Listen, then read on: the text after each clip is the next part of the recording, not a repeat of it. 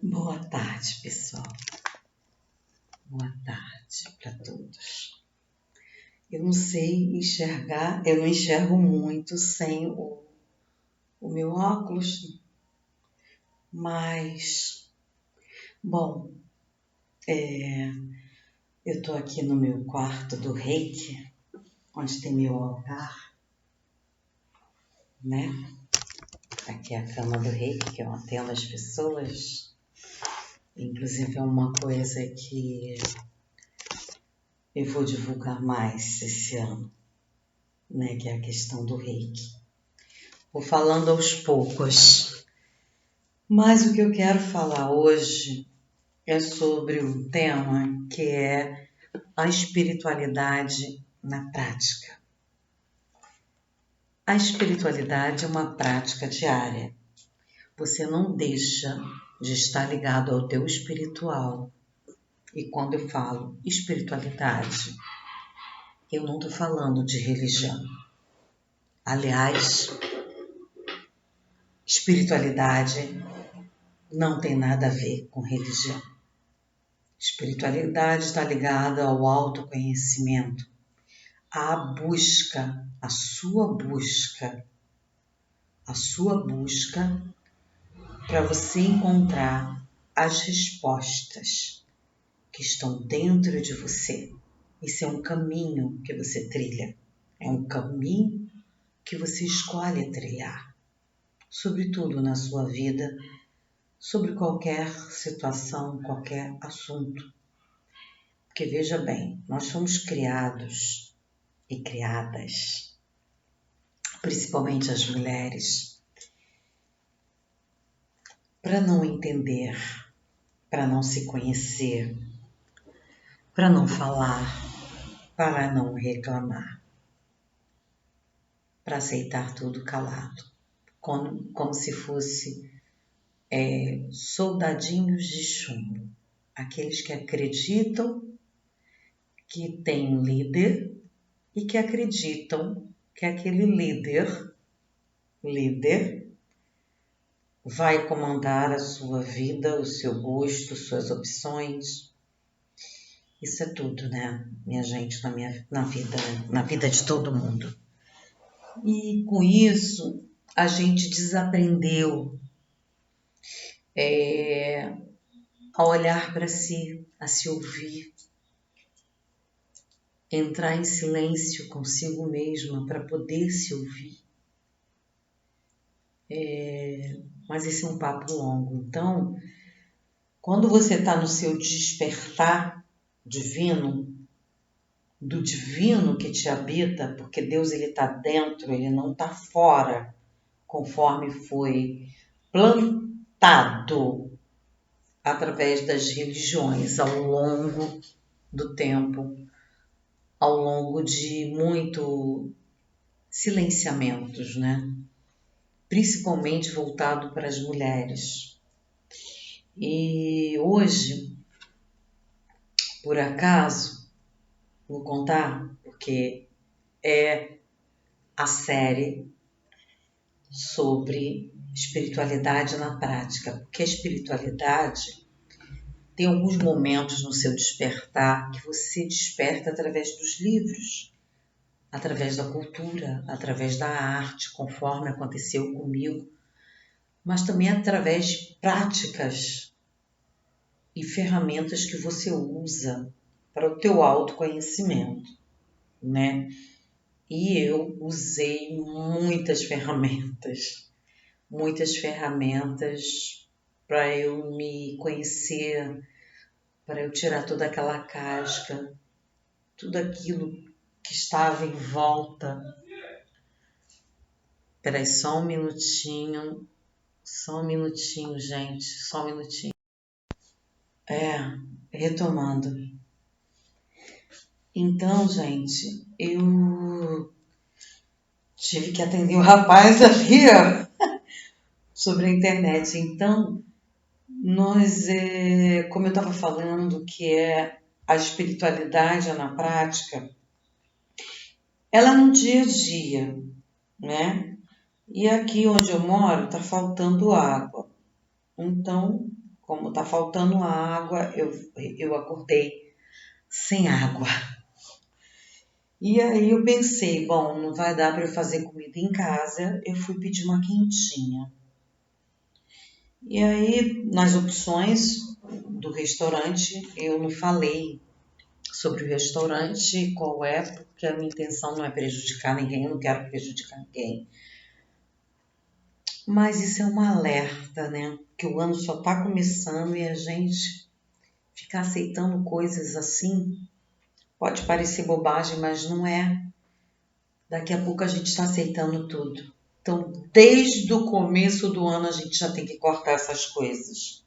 E espiritualidade na prática é exatamente falar sobre isso. Aquilo que você não quer, ninguém mais quer ficar aturando determinadas coisas na vida.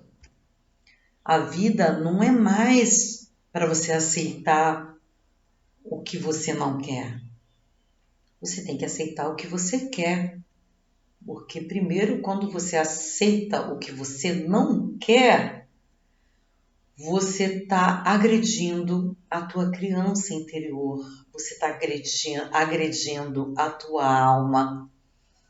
E isso, o que reverbera em doenças mentais, emocionais, psicológicas? Isso tem vários desdobramentos. Aí eu pedi, voltando ao exemplo que eu estou dando, eu pedi a comida frango com quiabo, que eu adoro frango com quiabo. E aí veio um frango com quiabo chechelento com 2 pedacinhos de quiabo. Quando eu vi aquilo, é assim, banhado, né? Banhado, muito feijão e banhado. Eu falei assim, cara, não é isso que eu quero, eu não mereço isso.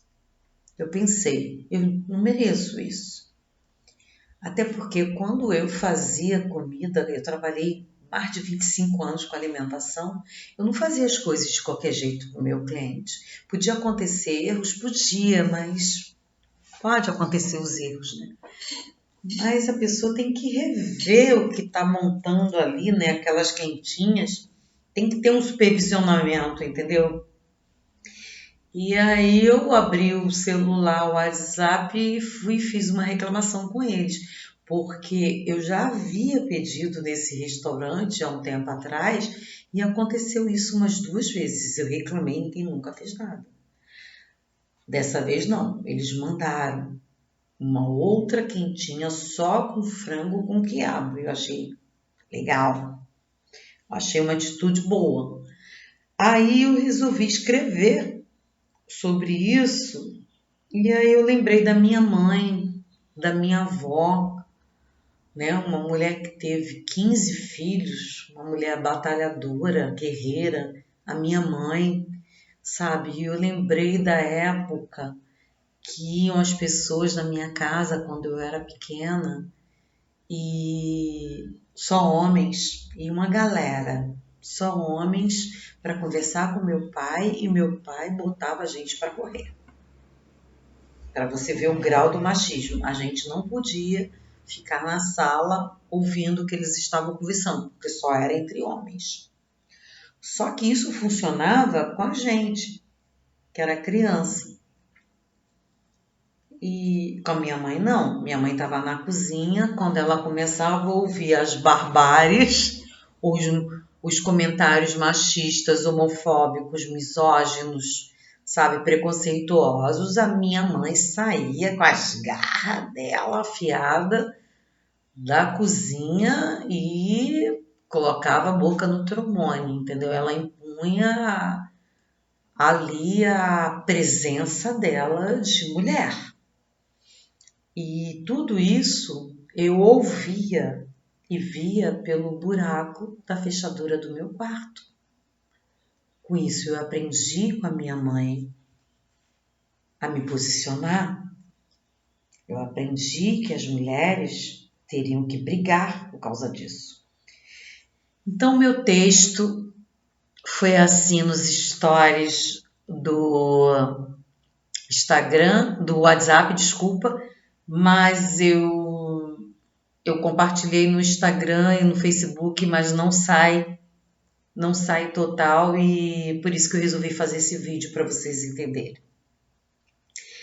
Era uma vez uma menina que gostava de estar sempre entre os mais velhos para aprender. Mas isso, na minha época, era benefício de homens estar em rodas de conversas, não mulheres. Mulheres eram reprimidas e retiradas do ambiente, que era o que acontecia. Muitas vezes fiquei ouvindo conversas atrás da porta do meu quarto, não para bisbilhotar, para aprender.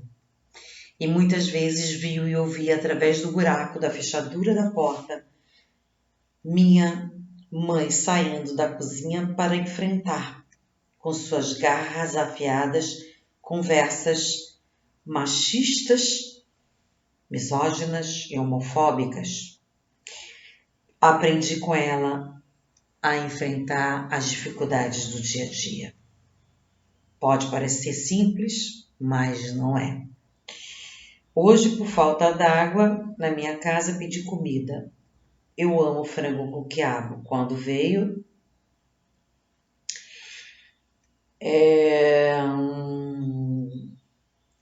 veio 2 pedaços pequenos de quiabo. Não vou falar o nome do restaurante, pois não é minha intenção prejudicar ninguém, mas que sirva de alerta. A criança que ficava atrás da porta cresceu e hoje, através do conhecimento, da arte, da cultura, ela abre as portas e os portais daquilo que é meu por direito divino, com a estrela que me guia. Aí botei as fotos, né? A foto da quentinha com 2, com o quiabo que eles mandaram, eu no microfone, como quem estivesse dizendo, eu abri o meu laringe, agora eu falo. Foto minha com a minha mãe, foto da minha avó, que faz parte da minha ancestralidade feminina, uma foto no final da tarde, no horizonte, quando o sol se pondo, ele se transforma numa estrela de 4 pontas, a estrela guia. E no final um texto. Uma coisa que aprendi foi não aceitar menos do que eu tenho direito. Isso é autorizar ao universo o nosso nível de merecimento. Sem ofensas, sem brigas, passei na mesma hora que abri a quentinha um texto de descontentamento. Logo a seguir, enviaram o que deveria ter sido mandado. Então, meus amores, não adianta clamar ao universo e ficar calada diante de coisas erradas e injustiça. O universo é justo. Lute por tudo que você tem direito. Feliz dia dos 3 Reis Magos. Eu chamo isso de tomar posse do brilho da estrela guia. Eu sempre acreditei na estrela guia. E agora, mais do que nunca, através de livros, de estudos sobre esoterismo, eu me conecto com a estrela guia no nível mais absoluto, que é no nível energético, vibracional. A estrela não é apenas um símbolo. A estrela é um arquétipo de poder. Todos nós, assim como Jesus Cristo, que os 3 Reis Magos foram através do brilho das estrelas. O que a história quer mostrar para a gente com isso? Ora, se somos feitos à imagem e semelhança de Deus, se temos o nosso Cristo pessoal, temos o brilho da nossa estrela. E se temos esse brilho, temos que tomar posse desse brilho, porque isso é a nossa parte divina. do divino que nos habita, do sagrado que nos habita. A estrela de 8 pontas lá no meu altar, que foi feito baseado na chama violeta para transmutar nesse altar de orações tudo de negativo em positivo. Porque é sobre isso que a gente tem que ter em mente. Nada não acontece absolutamente nada no universo sem permissão divina. Muitas vezes acontecem coisas ruins para que tomemos noção do que significa o outro lado da moeda e a gente usar o nosso livre-arbítrio, fazer a nossa opção. Então, nesse momento da vida, onde muitas pessoas estão nas trevas, a gente tem que fortalecer a nossa fé, a nossa esperança, ter força, coragem e determinação, mas não admitir que ninguém passe por cima da gente. Eu, Lindaci Medeiros, não vou mais admitir isso. 2026 é um ano de recomeço. Na numerologia significa 1, o início. A contagem no final dá 10, que reduzido dá 1, é o início. O início de tudo. Então, cada um tem que saber o que quer da vida e é isso que eu quero. Eu não vou aceitar nada menos daquilo que eu tenho direito, porque eu sou filha de um Deus vivo. Ele está aqui dentro, ele não morreu. Aí, ó, olha que lindo. Os antúrios. Olha o poder dos antúrios. Então, meus amores, é isso. Por isso que eu vim. Então não adianta você clamar aos céus, ao universo, se você continuar fazendo as mesmas coisas erradas. O que é errado? É você não ser você. É você não ser autêntico. É você ficar em cima do muro, aceitar tudo calado.